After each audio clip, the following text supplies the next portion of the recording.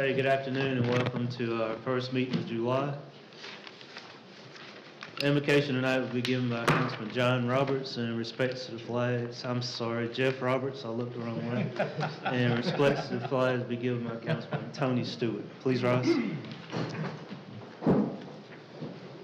Please join me in prayer. Heavenly Father, let us pause and give thanks for all the ways that you have blessed our lives, our community, and this nation. We pray for the ability to reflect upon these blessings and for the humility to acknowledge that these blessings are derived from you and not from our own doing. We pray that your blessings will bring peace, prosperity, safety, and well-being to all of our citizens. As we conduct this meeting, we pray for wisdom, discernment, and the capacity to provide effective leadership to the citizens of Anderson. Allow us to see clearly the right path to take and to make the best decisions for our future. Most importantly, let us conduct ourselves in a manner that is pleasing to you. In your holy name we pray. Amen. Amen. Pledge allegiance to the flag of the United States of America and to the republic for which it stands, one nation, under God, indivisible, with liberty and justice for all.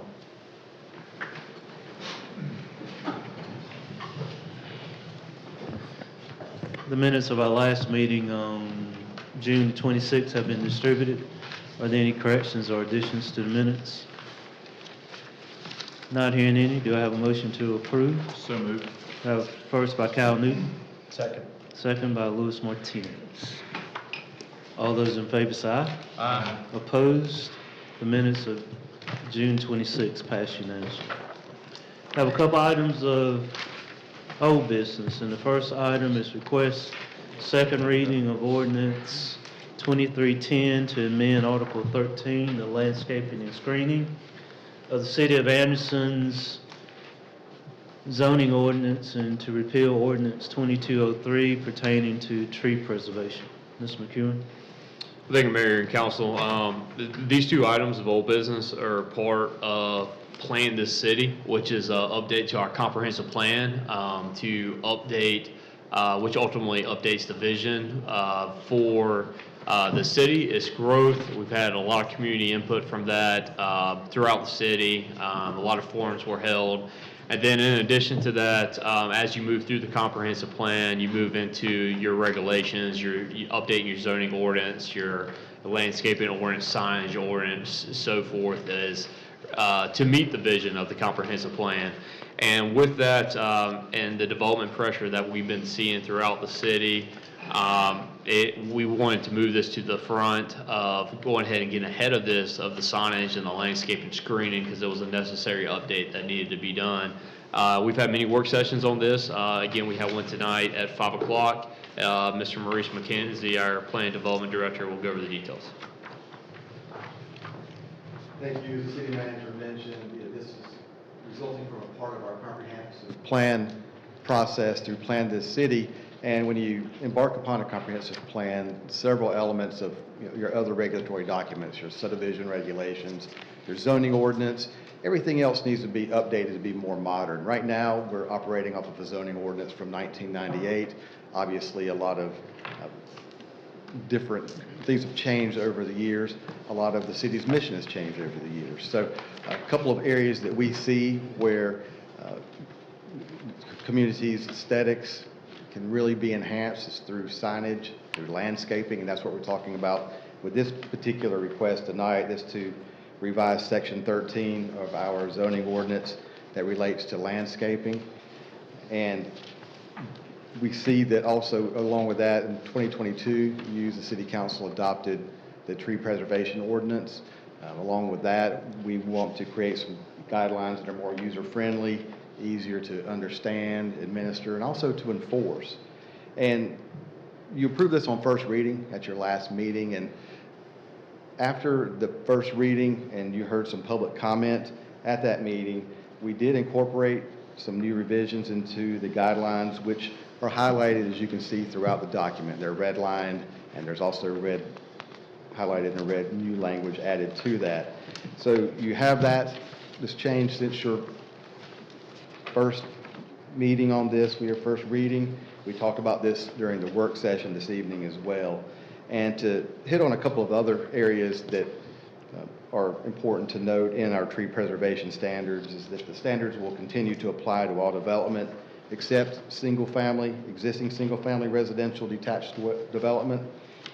All applicable developments will continue to be required to receive approval of a tree plan and a tree permit prior to grading or construction activity, and that's currently taking place with our current guidelines.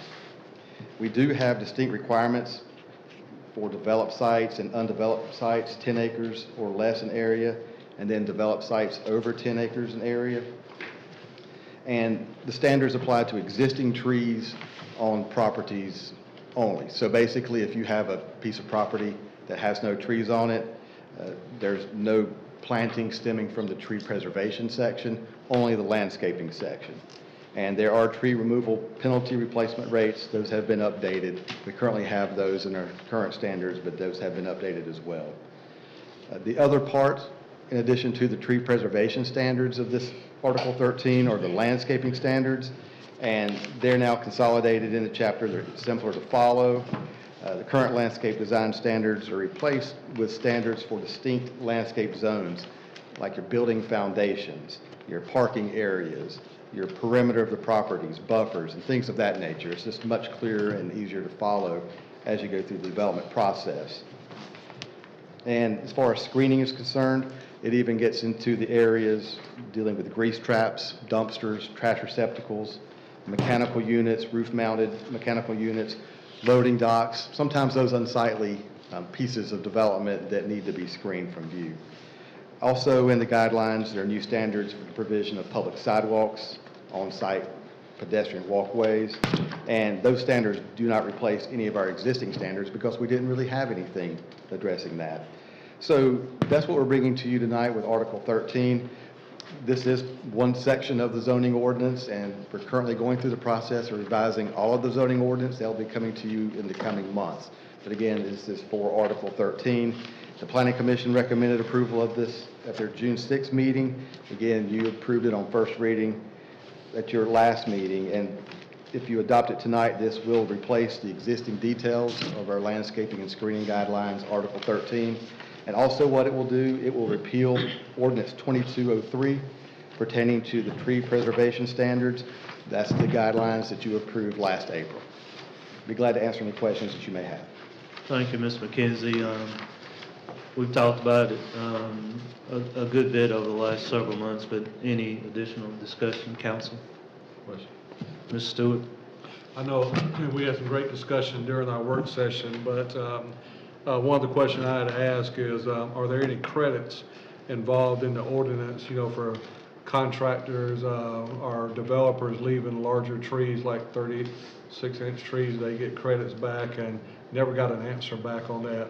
So could someone please address that? Sure. No, I'll be happy to answer that. Okay, yes, sir.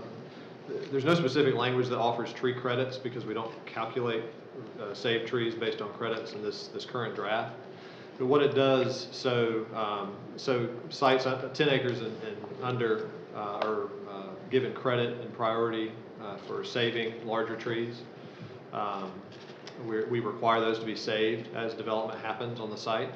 Now, primarily those are going to be, and really honestly almost exclusively, those are going to be commercial properties, commercial projects, like fast food, office complex, multifamily potentially.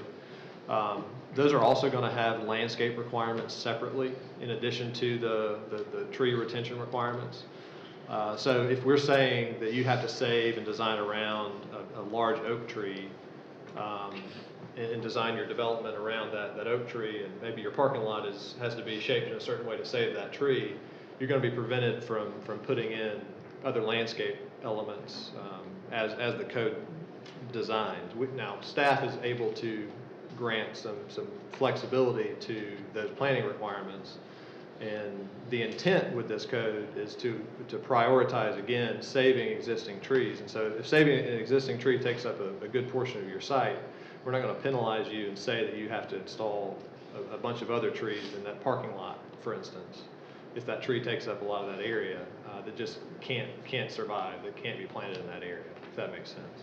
Yeah, it does in a way, but I just don't want to get in that gray area, you know, when we, I guess arbitrarily, and I know, you know, and I rely on staff to do a great job, but saying, hey, developer A, he got some flexibility over here, well, why can't you give me some flexibility with developer B over here?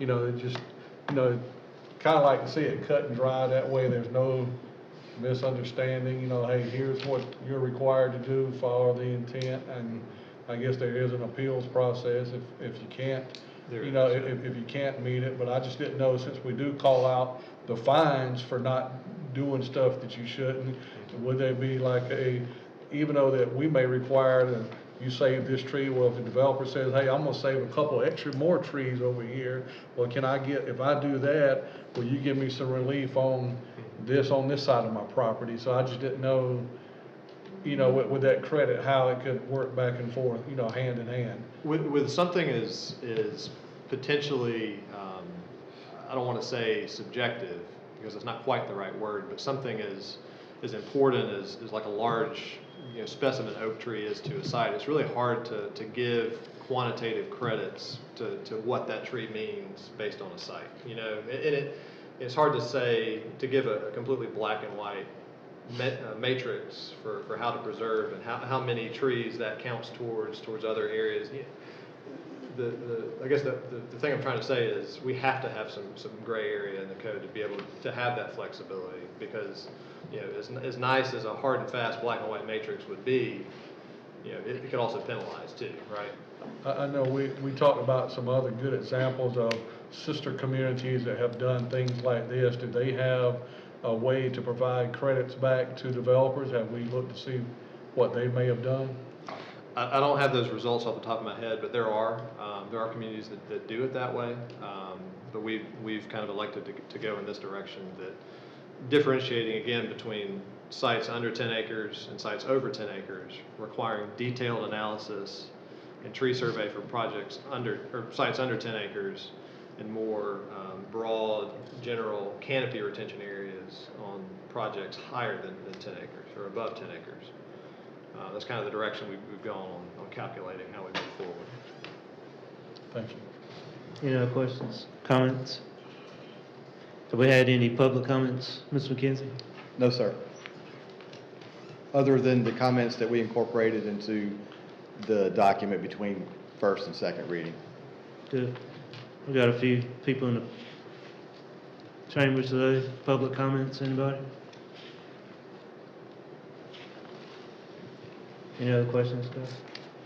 Mr. Roberts? Mayor, just a couple of comments, and I know it's hard to get into the weeds, is this ratio the correct ratio? Is this spacing the correct ratio? Is this density the correct ratio?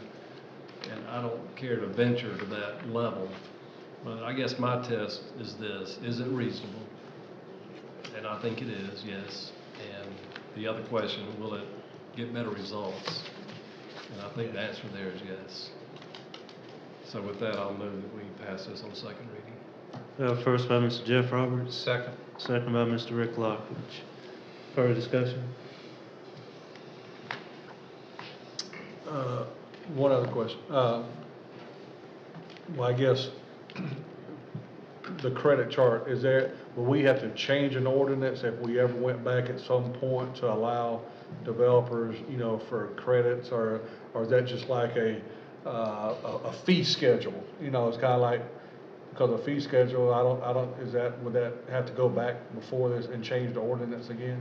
I would bring it back to you guys, because it would change how we calculate. It would be another, you know, just to make it as black and white is what I think what you're trying to say is. Yeah. We would need to have that in the code, in the development code.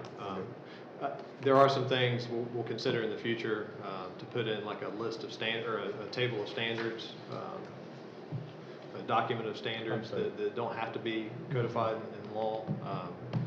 But for something like that, I'd probably want to put it in, because we'd have to change how we do other parts of the code. Yeah. Thank you. I just want to make a quick comment on that. I think conceptually, the concept of saving trees and preserving, you know, the land to look the way it's looked for several years, I'm all in favor of it. To Councilman Roberts' point, I don't know how to quantify the reasonability of it. So I'm putting some faith in what we're putting in place works, and I hope that we pump back and look at it if we feel like it doesn't fit. Yeah, always. Any other comments, questions? All good comments. Just, we have gone down this path of, over the last couple of decades of just trying to protect the city and beautification and the place where we live. And I think I appreciate David and your team for helping us, guiding us this way. So we had a first and a second. All those in favor say aye. Aye. Opposed? That passes unanimously on the second and final reading.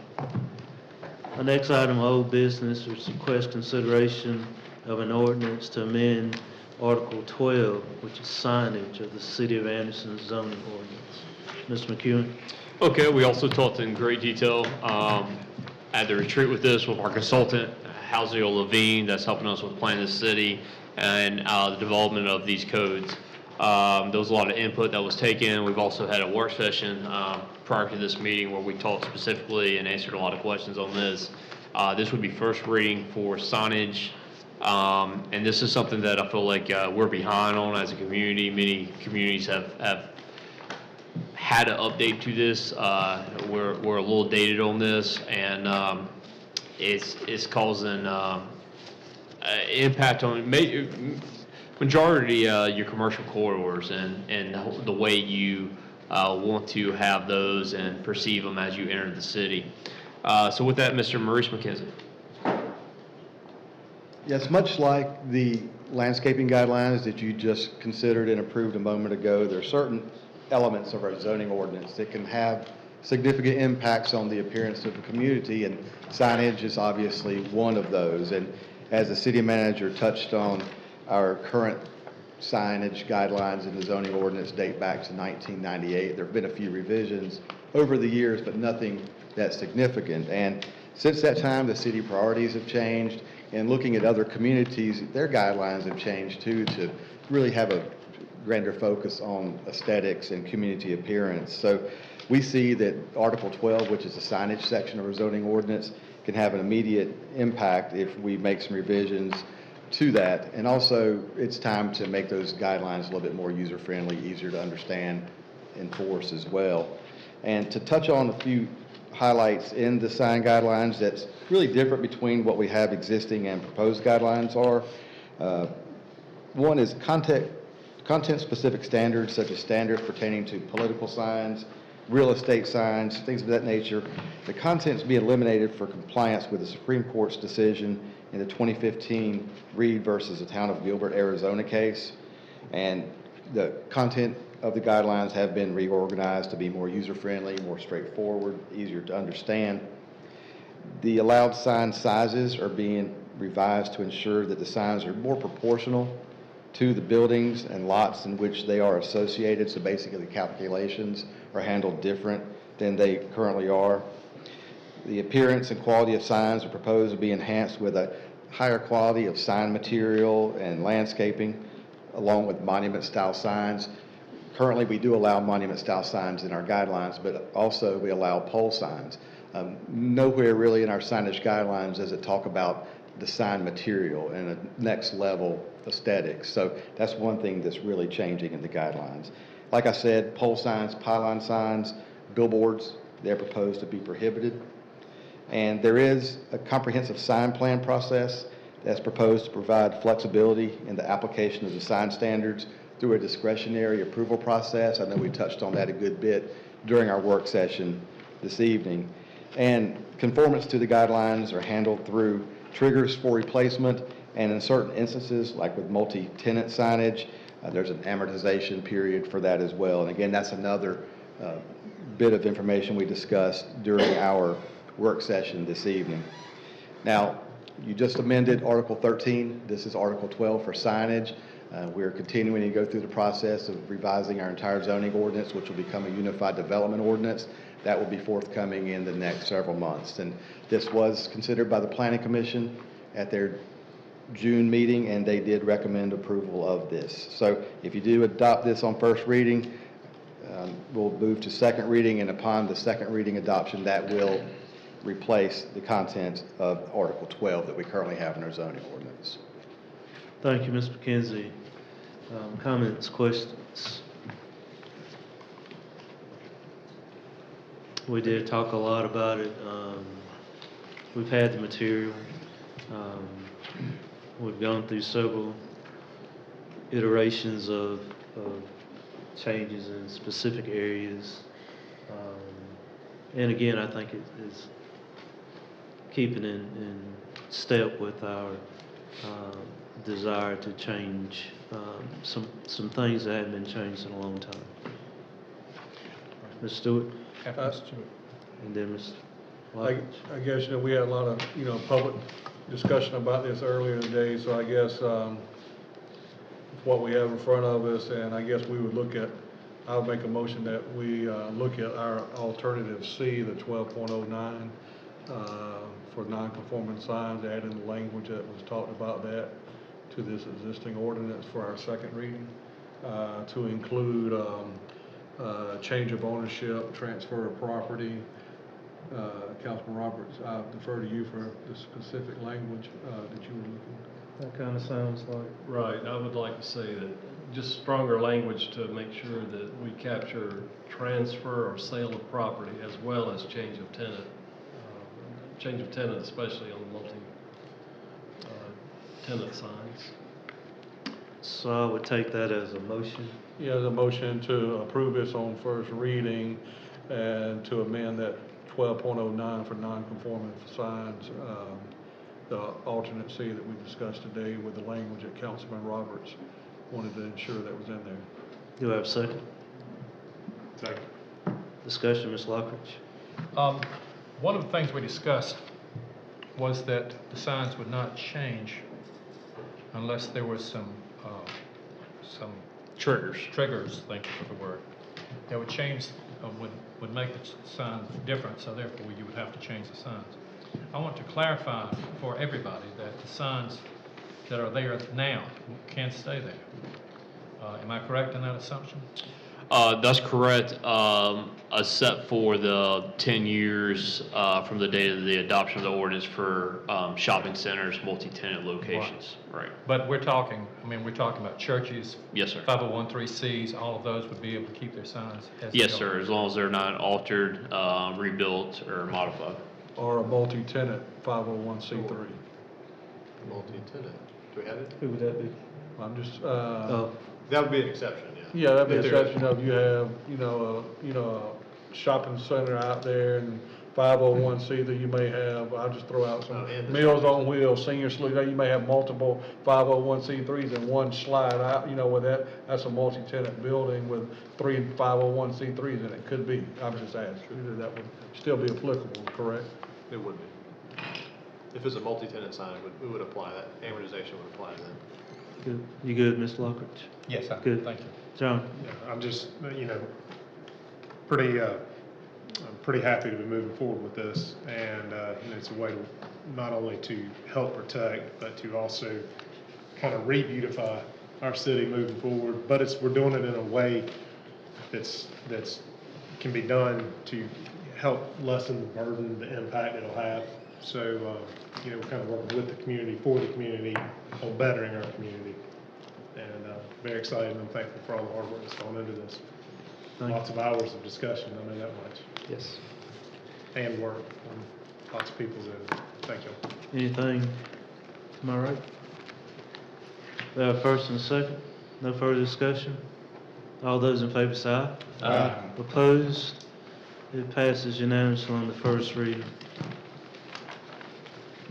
We have 4 items of new business, with the first item being request consideration of an ordinance amending section 124 of Article 4 of Chapter 82 of the Anderson City Code to regulate the parking of semi-trucks and other certain vehicles in certain areas of the city of Anderson. Mr. McKeon. Okay, thank you. This comes really from grassroots complaints that we've received throughout the city, and particularly residential areas of commercial vehicles, oversized commercial vehicles being left in residential areas. This is something that I believe was just omitted out of our code at some point.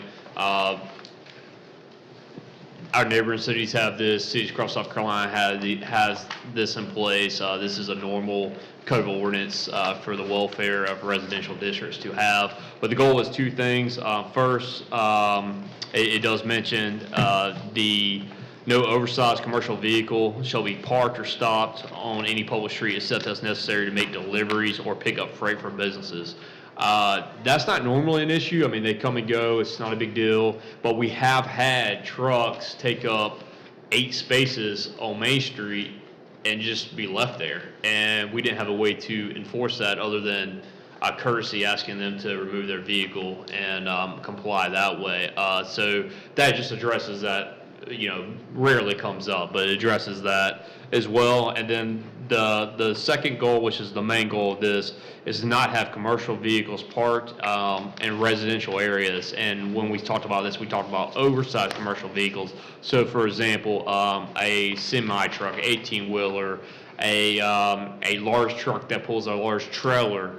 And so we had to define that in some way, and I passed out some pictures in front of you, and we have made a edit, and we passed that out to you after we did some additional homework after you received in this packet, and we define it as 8 feet in height or 25 feet in length. So it reads as the term oversized commercial vehicle is defined as any vehicle exceeding 8 feet in height or 25 feet in length, and shall include any truck, van, trailer, semi-trailer, tractor, wrecker, or similar vehicle would not be allowed in a residential district. Again, the goal here is is to keep the larger rigs out, the larger commercial vehicles out. If you're hauling cars, if you're a moving truck and you're keeping it at the house all the time, and that's your commercial vehicle. However, the goal was not to prevent, say, an electrician or a plumber or a service worker that drives an F-250 or F-350 or a heavy-duty truck that falls smaller than these dimensions from going home every day, because we have a lot of that. They use that as their regular vehicles, their take-home vehicle from their business. It's a lot of that through the neighborhood. It's not a burden to the neighborhood. It's not taking up a lot of street space. They park normally within their driveway, and so those are not an issue for us. The issue has been, the complaints have been, is the large rigs that have been left in the residential district on the street and in driveways that are hindering the welfare of that residential district. And so I passed out some pictures in front of you, which are important while we updated the numbers. So the previous ordinance, or the ordinance that went on your packet, was based on our cities across the state, the standard that was in place. However, when you go and we did actual measurements to vehicles, and the trucks have gotten larger, right? So when you go and you have in front of you what some work trucks, commercial work trucks that we have from the city of Anderson, including F-550, you'll see on the first page, and then F-250 on the second page. And then the third one, which is really interesting, but it's a non-commercial vehicle, F-250. And you can see that this is just a regular vehicle nowadays that people drive, of course, is F-250. But the fact that these vehicles are larger in nature than they used to make trucks makes the language outdated from the other cities and that previous standard that we had in your first version of the ordinance. And so in an effort not to, again, the goal was not to, if you had a service worker or a landscaper or a plumber or electrician that used a commercial vehicle that was a F-250 or 450, but was under 8 feet in height or 25 feet in length, that they are able to still drive that home and to be able to use that as their vehicle, because we have a lot of that out there, but to prohibit vehicles larger than that. So it catches your box trucks, it catches anything greater than the pictures that you see here. It's going to capture. It captures the rigs as far as pulling big trailers, of course, your tractor trailers, your semi-trailers, anything by that definition. However, we thought it was important after measuring these vehicles here, because we see a lot of these throughout the city, that we just increase it slightly to include the 8 feet by 25 feet in length. Thank you, sir. Questions, comments? Seems pretty clear cut. Mr. Stewart? Does anybody know how tall is a typical rig, like a transfer truck rig from top to bottom? I guess our biggest truck measures, I think you're going to the top of the light at the top is what, 84 inches? Right. And we're looking at increasing it to 96 inches? Yeah. Right. To give it another foot above that. Yeah, so I mean, you imagine like a U-Haul truck or just a box truck. I mean, so you have the cab, and so if you look at the picture of that cab there, and then that barely goes up. I mean, it goes up, I'm looking at it, about 8 inches. And then if you take the light into account, so it's going up about another 10 inches right there. But if you're going to have a box truck, it's significantly going to go up at least another foot, a foot and a half, and that's going to eliminate being able to have a box truck in there. Does that make sense? Yeah, it does, because again, in a lot of the residential areas, a lot of streets are very narrow, trucks going up and down, and when you got one large truck parked on the side of the road, it makes it difficult for ongoing traffic to come up, especially in a very active residential neighborhood, where there are people playing and cars going up, coming back and forth to work. But you had mentioned something about, plumbing trucks and electrical trucks. I know they may have a 6-foot cab, but they may have a 16-foot box on the back of the truck. And with that would be prohibited, right? But typically, those trucks would need to pull in a driveway anyway, because according to this ordinance, you're not allowed to leave those parked on the street overnight, per this ordinance. Is that correct? Correct. And also, you're not allowed to have it in the residential district. If it's you would need to park it at the place of business or commercial parking lot, if it exceeds this, or have it inside a garage or the type of structure. And we have that in some areas of the city behind your house that you can slide into another structure that you have. I mean, there are even some large structures in nice neighborhoods that, they've custom built for RVs, and you don't even see them in the back, and it meets our code. So really here, we weren't, the thing I was trying to capture is just because the trucks have gotten bigger, they used to be like, F-250 used to be the size of a current F-150, just as a frame of reference, but the height has gotten a lot higher. If you have four-wheel drive or not, it's still allowing those types of vehicles. And that's mainly what you see out there for driving. Now, your point, though, being if they were to add that box on it or that additional walk-in space where they keep their equipment, then if it exceeds the 8 feet in height, then it would be prohibited. It probably would not exceed the 25 feet in length. Right. Yeah, I wouldn't see that. Now, a flatbed wrecker does that. It exceeds the 25 feet in length. However, and we did measure our other truck, we have tow trucks, and the tow truck that we have is just the grab truck with the, that's not a flatbed. It's well within the 25 feet in length and under 8 feet in height, so it meets it.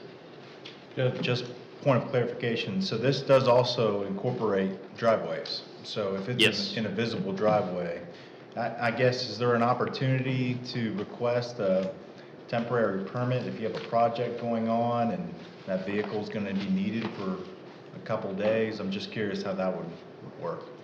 Yeah, so I mean, right, exactly. So if you have an active construction project going on, there's exceptions that we already have built in for when you have a permit for construction and you dumpsters and so forth. So it would fall under that category.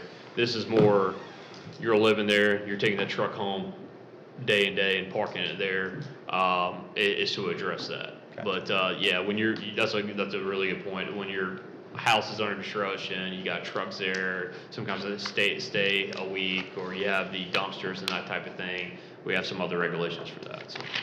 Good points. Any other questions? Comments? Mr. Roberts? Should we not also include it says vehicles, but what if a semi parks the trailer and leaves the trailer there? Should it say vehicle and trailer, or? Yeah, so it says tractor, which is really the semi, the trailer, tractor, trailer, or oversized commercial vehicle. You see how that reads? Yes, I do. See, Truck, van, trailer, semi-trailer, tractor, tractor. So they couldn't unhook the trailer and No, pull no. the tractor away Right, from it? right. And even if they did, and even if they wanted to argue that in the court, it would still be over the height. got you. Okay. Any other questions? I appreciate seeing this. I know last several years in residential areas between box trucks and vehicle haulers, I know, had several phone calls and stuff. I know I've talked to Chief a few times, and I know regarding visibility and blocking roads, sometimes they're able to help. And they've had those conversations before about, hey, look, it's been here a while, but at least this gives them a little bit of teeth. And actually, less than an hour ago, I got another email about a vehicle they've dealt with before. So, I think anything we can do to allow those conversations to take place is good for the community. So with that, I'll make the motion to approve the ordinance. Have a first by Mr. Newton. Second. Second by Mayor Pro Tem. Any further discussion? All those in favor say aye. Aye. Opposed? That passes unanimously on the first reading. The next item of new business is request consideration of the purchase vehicles for the police department. Mr. McEwen. Okay, thank you. With the passing of the budget, we'll start having a lot of these come before you. Of course, we try to get a jump start on ordering and purchasing the vehicles replacement in our fleet as budgeted. So you have the police department vehicles in front of you, and one of the reasons we do that is because with everybody having the July 1st budget in the state, there's competition for these vehicles, and particularly inventory becomes an issue. And so under the state contract, everybody starts putting their orders in. So we try to get them in very quickly after we pass the budget. So with that, Chief Stewart can go over the details of the 2023 police Dodge Chargers that were requested. Good evening. Thank you, Mr. McEwen. This is exactly as Mr. McEwen said. We're asking for the 5 Dodge Chargers. This will be the last year that the Dodge Charger is made through the South Carolina state contract due to the fuel emission standards. So we're kind of getting a good deal on the Charger this year. The competition is the Ford PIU SUV or the Dodge Durango, both which were a lot more than this price. As Mr. McEwen said, these are on state contract.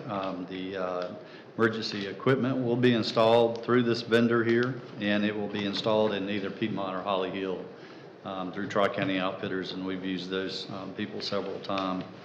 The cost of the equipment is a little bit more as we're replacing Kenwood radios in the cars this year.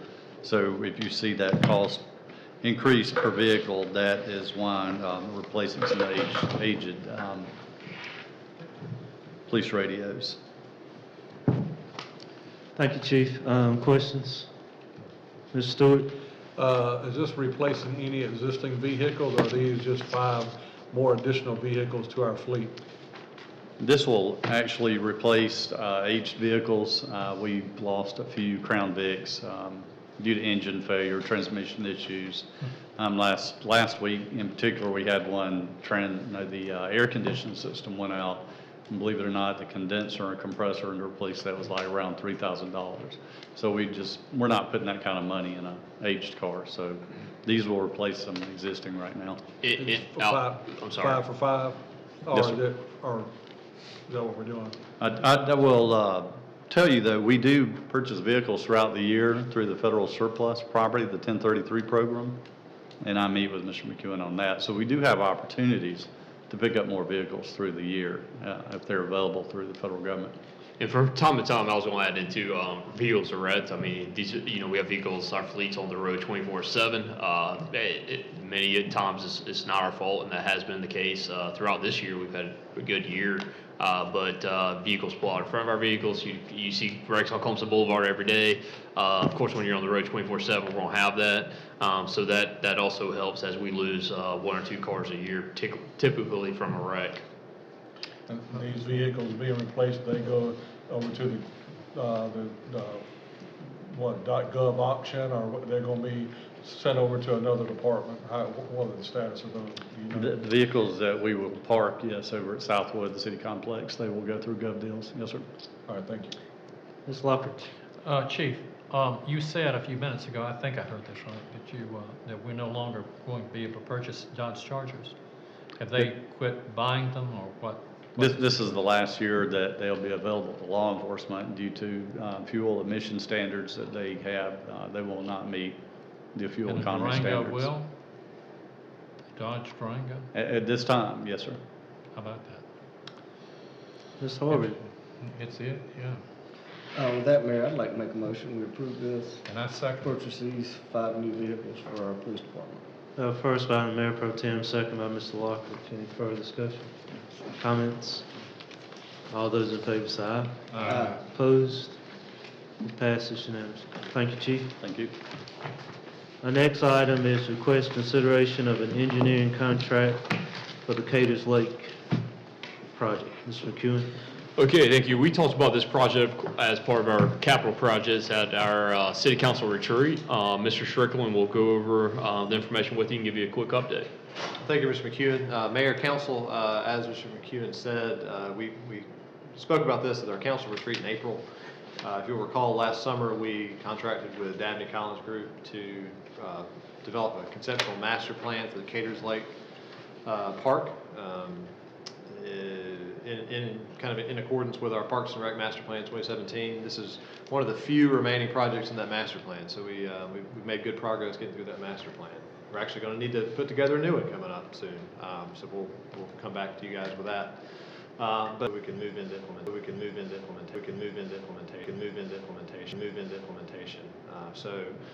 Goodwin Mills Kaywood, GMC, who we worked with well in the past, they're currently doing the construction design for Lindley Park project as we speak. They are on our on-call list. So they submitted a proposal for public engagement, engineer, construction document, permitting, construction administration for this Caters Lake project. And they'll help us through phase 1 bidding and construction administration as well. So staff does recommend awarding this to GMC in the amount of $108,000. Thank you. Comments, questions? Mayor, this project is in my seat, and I am very excited about seeing moving forward. And for those of you in the audience or listening, 2023 marks the 100th anniversary of Caters Lake. So how fitting. And you can't build a project without a plan. So with that, I move that we move forward with this contract with GMC for $108,000. Second. We have first by Mr. Jeff Roberts, second by Mr. Tony Stewart. Further discussion? Can't wait to see. Exciting. Yep. I will say this, I would like, if you've been to Caters Lake lately, they need to get that road fixed around there. I carried my wife through there the other day, just on a little trip outing, and that road is really raunchy. Walker? Yeah. Well noted. We had a first and a second. No further discussion. All those in favor say aye. Aye. Opposed? That passes unanimously. Our last item of new business is to request consideration of appointments to the Planning Commission, the Board of Architecture Review, and the Board of Zoning Appeals, and to revise the representation structure of the Board of Architecture Review. I would entertain a motion to go into executive session, section 30-4-7A1, that allows the discussion of an appointment of person to a public body. So I'd entertain that motion.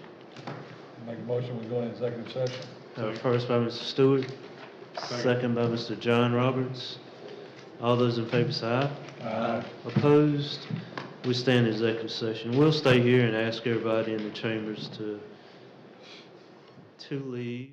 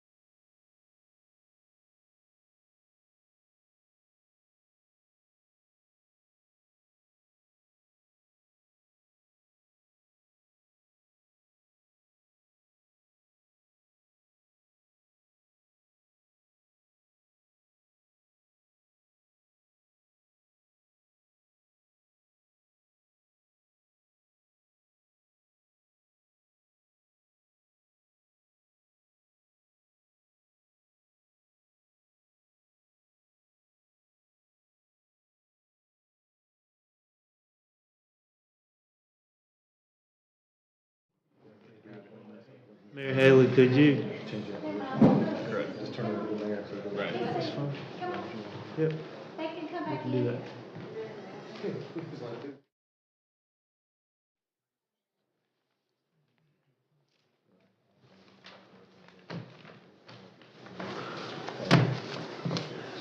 Whichever, all this. Yeah. I wouldn't, but.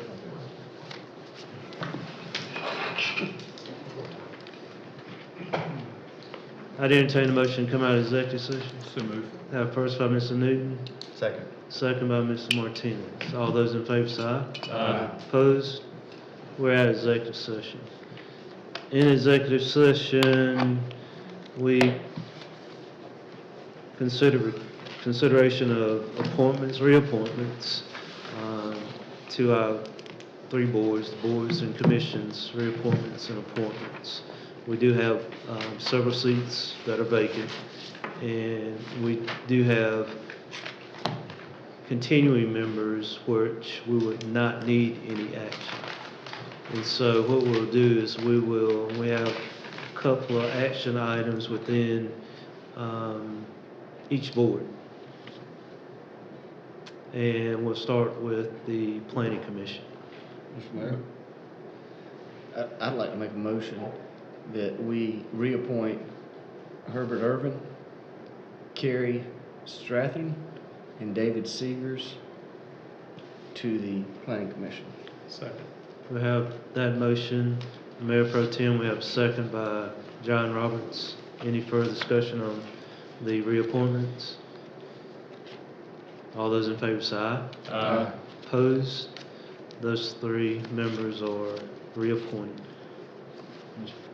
Mr. Mayor, Mayor? I'd like to make a motion that we approve Kerry Ulrich from the District 9, the mayor's seat representative to the Planning Commission. Have first by the Mayor Pro Tem, Second. second by Mr. Newton. Any further discussion? All those in favor say aye. Aye. Opposed? That seat is filled by Mr. Ulrich unanimously. We'll move on to the Board of Architectural Review. We do have reappointments of current members. Mayor, I'll make the motion, we appoint Mary Lou Gambrell to the Anderson County Historical Society seat and Amanda Noble to the North Anderson Historic District seat. We have a first by Mr. Newton, a second by Mr. John Roberts. Any further discussion?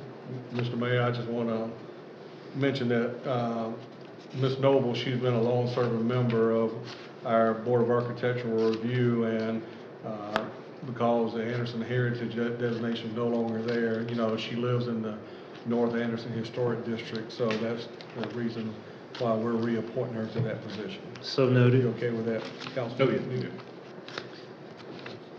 Any other discussion? All those in favor say aye. Aye. Opposed?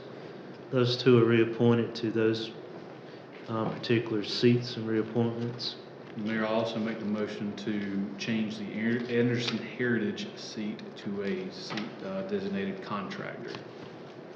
First by Mr. Newton, Second. second by Mr. Stewart to make that change.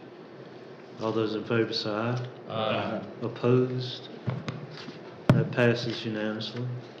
Mayor, I'll make the motion, we appoint Terry Butler to the vacant Anderson Historic District seat, that we appoint Mr. Gregory Steele to the vacant Downtown Historic seat, and we appoint Gia Townsley to the vacant Real Estate Field seat.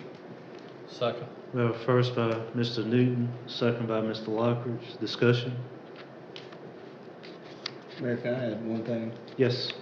You know, anytime we're appointing, I think as a council, I can only speak for myself, but as a council, all these people are volunteer positions, and how much we appreciate their time and they're willing to serve. And we certainly hope that if you did apply, that we can find a place for you to be a part of our team on another board, architectural, planning commission, zoning appeals. It's a lot of different moving parts, and we certainly appreciate any of our citizens that are interested in helping our city become better. Thank you. Well said, good point. Any other comments, questions? All those in favor say aye. Aye. Opposed? Those seats pass unanimously. In our Board of Zoning Appeals, we have 3 individuals. Well, we have 1 individual in regards to One individual. Mr. Mayor, reappointment. I make a motion that we reappoint Peter Perdomo as at-large seat on Board of Zoning Appeals. We have first by Mr. Lockridge, Second. second by Mr. Stewart. Further discussion, comments? All those in favor say aye. Aye. Opposed? That passes unanimously. And tagging on to the Mayor Pro Tem, I think we need to double down on ourselves trying to encourage people to apply for some of the vacant positions, if we would. Seeing no more business tonight, I entertain a motion to adjourn. So moved. First by Mr. Newton, second by Mr. Stewart. All those in favor say aye. Opposed? We stand adjourned.